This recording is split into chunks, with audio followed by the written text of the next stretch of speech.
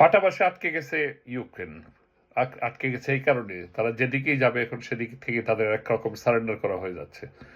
যেমন ইউক্রেনের জন্য এখন মার্কিন যুক্তরাষ্ট্রের নিরাপত্তা গ্যারান্টি দরকার। একই কথা বলছেন ব্রিটিশ প্রধানমন্ত্রী যে ইউক্রেনের জন্য মার্কিন যুক্তরাষ্ট্রের নিরাপত্তা গ্যারান্টি লাগবে। আর নিরাপত্তা গ্যারান্টি দেওয়ার শর্ত হিসাবে মার্কিন যুক্তরাষ্ট্র বলছে তাদের মূল্যবান যে খনিজ সম্পদ আছে তার 50% মালিকানা যুক্তরাষ্ট্রকে দিয়ে দিতে হবে। এই হলো তাদের শর্ত।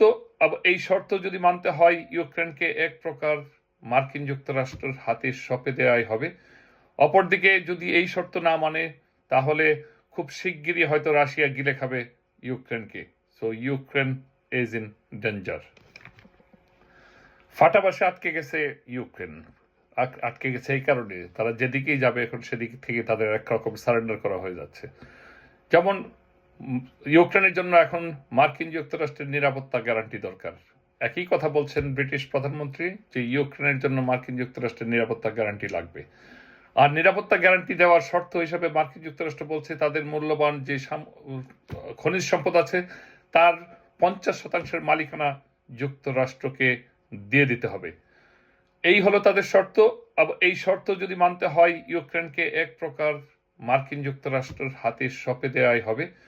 অপরদিকে যদি এই শর্ত না মানে তাহলে খুব শিগগিরই হয়তো রাশিয়া গিলে খাবে ইউক্রেনকে। So Ukraine is in danger.